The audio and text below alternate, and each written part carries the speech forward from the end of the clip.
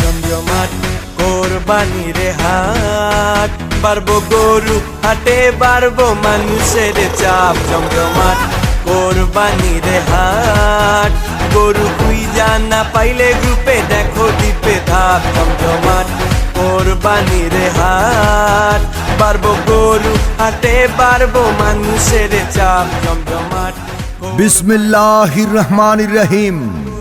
সুপ্রিয় এলাকাবাসী, আসসালামু আলাইকুম।